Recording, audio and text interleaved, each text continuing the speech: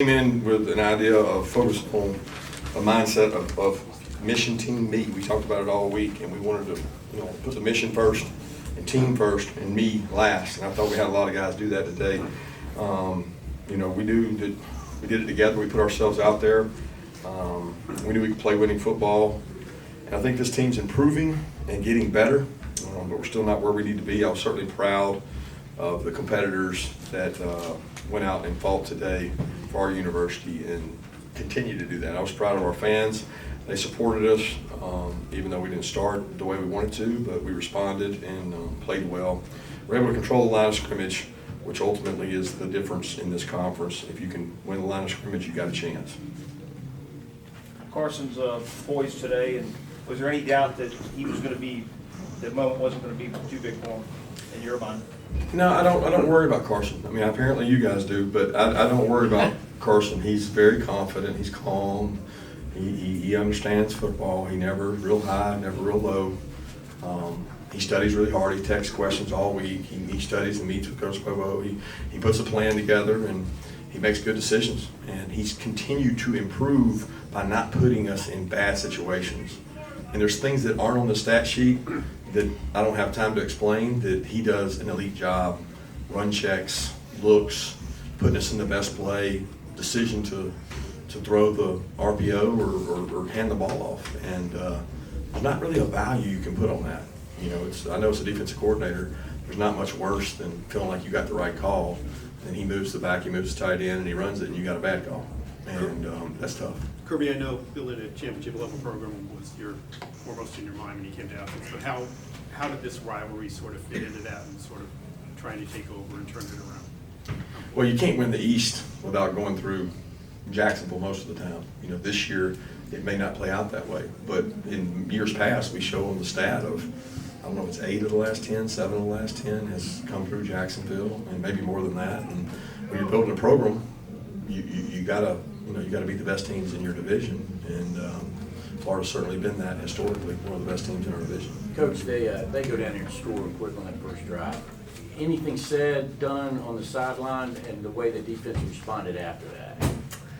Not really. I mean, we're kind of getting used to that. I mean, we gave it up against Vanderbilt, I think, and maybe South Carolina. I think both those games, and there's not a lot of panic in that group. We certainly need to rectify starting the game better, but the comfortable part is that nobody panics. We had some mistakes, some anxiety, hadn't played in 2 weeks. Give them credit. They threw the ball to a really good playmaker. We talked all week about Wilson in 3. He's a really good player, and they did a great job utilizing his skill set. And we didn't do a great job stopping it. But it wasn't like there was a panic mode. It was, can we control the run game? If we can control the run game, we'll eventually slow down the throw. There's so much talk about Brock Bowers' absence, but to create separation by the offense, defense, and special teams all coming together to make big plays there. What was that like to see? It's great. I've told people that this offense is, it's not built around one player. Since Bobo was here before and had success offensively, and Todd Monken was here and had success offensively, and Coach Monken left and Bobo came, and it's not built around one player. It's really built around the defense. That's the beauty of it, is that you don't have to have just one guy. Brock is certainly extremely valuable because you can scheme plays to make him the guy. Well, today there were plays we run with Brock. There was somebody else in those spots, and it's not always Delp. I thought Delp did a tremendous job, especially momentum early in the game, to go up and make that catch that he made. But Brock knows that. Brock's over there to support those guys. Coach, talk about the defense and how it's built on defense. That 4th down stop early in the game kind of shifted the momentum. How surprised were you that they went for it there in the way they did? Not surprised they went for it at all. I actually had the staff meeting before the game. I told them, I said, my gut intuition, this game's going to come down to some short yardage situations. I said, typically, when you play Billy, he's very aggressive in terms of analytics and believes in it, and he has a lot of 4th downs he goes for it on. We're going to win some, we're going to lose some, but we're going to go defend it. We're going to work really hard on that. And I told the offensive staff, I said, if it comes down to a 3rd 1 or 2, 4th 1 or 2, we're going for it. And shoot, they're going to go for it. So let's make sure we walk through that and do that more in the next 12, 14 hours, and I'll be danged if that play, it was early in the game where you can still overcome that play, but it was certainly a big momentum play that we thought if we had our eyes in the right spot, we could play it. Lots of tackles for loss, sacks by you guys tonight. How are you guys so effective getting in their backfield making plays?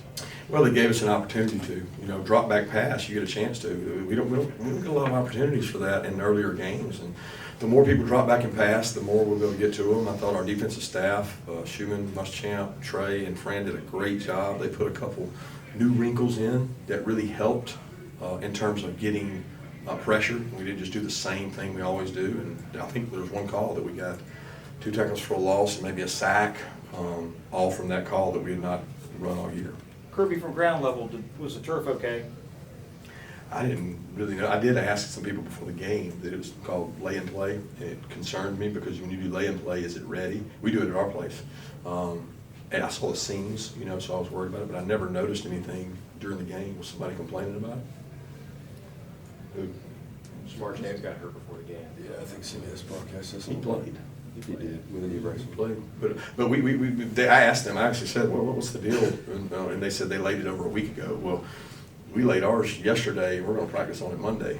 And it's probably the same stuff. I think they do it all across the country for bowl games and things like that. So I did not notice any issues with that, but I did see the seams in the grass. Kirby, what did it say about everything when they did the block punt too? Was a huge play in this game. Huge play in the game. Great scheme. Our special team staff came up with it and wanted to be aggressive and were.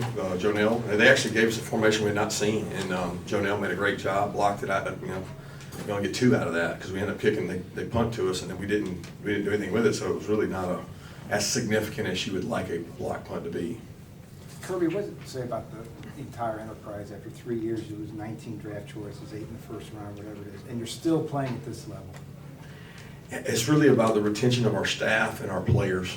I mean, we have lost some really good players, and we have really had some injuries. And I think the total effect has been that our kids believe. There's a culture in our building of discipline. We don't get penalties. We're one of the least penalized teams in the country. We don't beat ourselves. And we have a quarterback who gives us an opportunity. And we've got defensive players that play really hard. I mean, it's a recipe for you to have success. The margin of that success is certainly measured by you guys by wins and losses. But for me, it's the character of the kids I get to coach. What about Ingram Dawkins?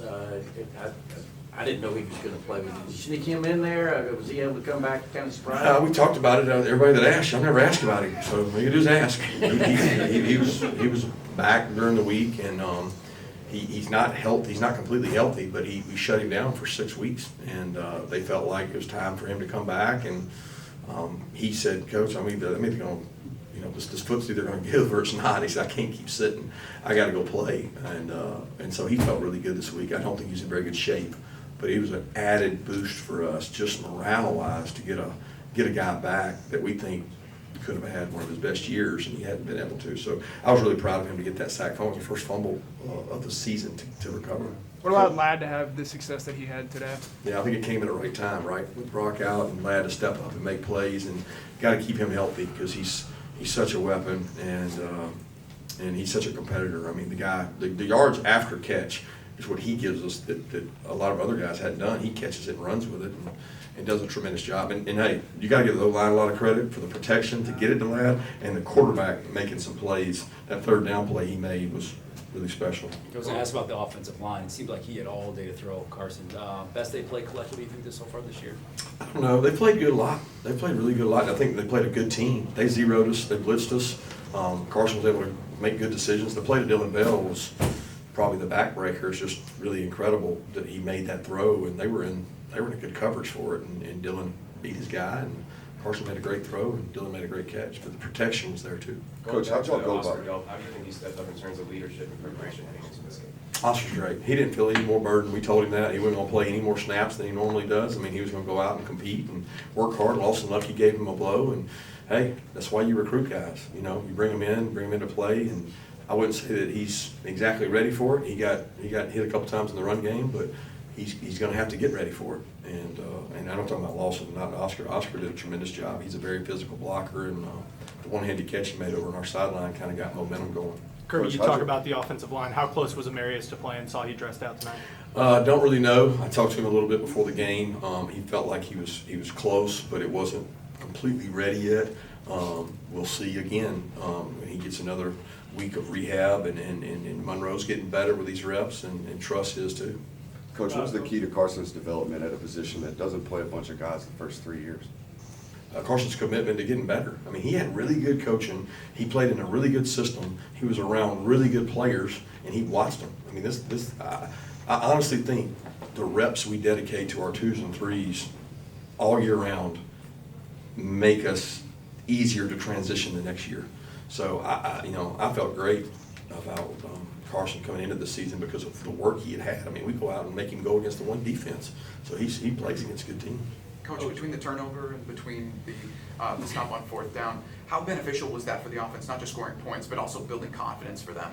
Yeah, the field position battle, I mean, that's just overwhelming. You feel like on defense you're constantly against the wall. When the offense walks out there and starts, I don't know what yard line we were on those 2 times, but those were big momentum builders. Why was it important for? Since you've been at home, looking ahead how it's Saturday to get back at home, and scheduling-wise, do you kind of like going that long without home game?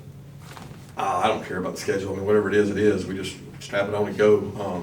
But it's going to be a big one next week. That's what you're getting at. I mean, that's a really good team. I've always said they're extremely physical, big, tough. Eli does an incredible job on offense. Nobody's playing better offensively right now in the country than they are with their quarterback. So we looked at them in the off week. We took a day and said, hey, we're going to look at these guys before we move to Florida, and they're good.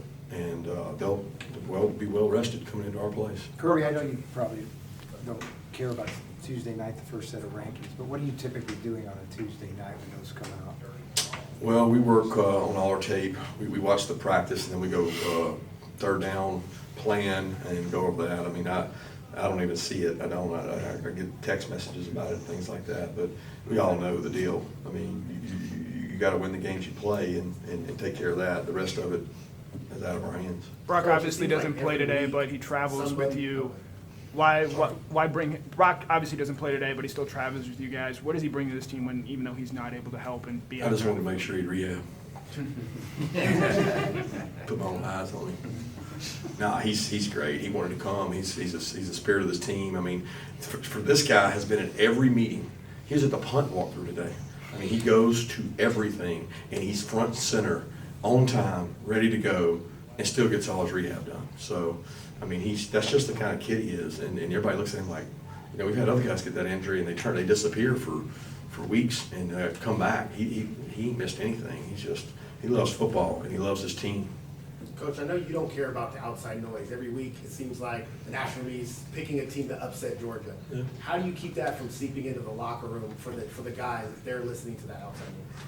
I don't even hear it. I mean, I literally don't, so I don't address it. I think they may hear it because they're on their phones 24/7, and it bothers me that they may hear that, or they may feel anxiety, they may feel pressure from this, win thing. At the end of the day, the quickest way to lose it is think about that.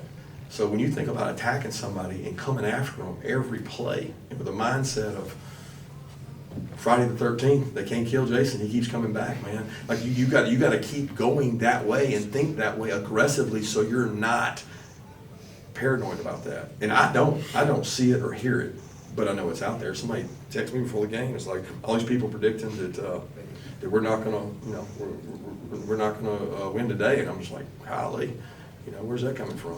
Supposed to be my friend. He didn't like to recruit though, so that's all it gets him. Let's take 2 more questions. Coach, I know he's not by y'all, but as far as Dejon Edwards goes, do you think he's one of the more underrated running backs in the league? I think he's an unbelievably tough kid that runs really hard, has great vision and balance. People hate tackling him, and he plays behind a really good offensive line and a good offense, and he makes the most of it. You've not met a more durable, tough. I mean, he picked up a blitz today, and he threw it up in there.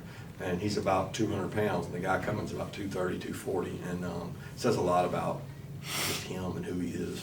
You talked about Missouri's quarterback play, but how do you evaluate number 3 and number 7 for Missouri heading into next week? Well, that wouldn't be fair because I had one day, and it was like I know how talented they are. We recruited really both of them, but one of them hard. I know that they're terrorizing defenses across our conference, and they're extremely talented in a good system.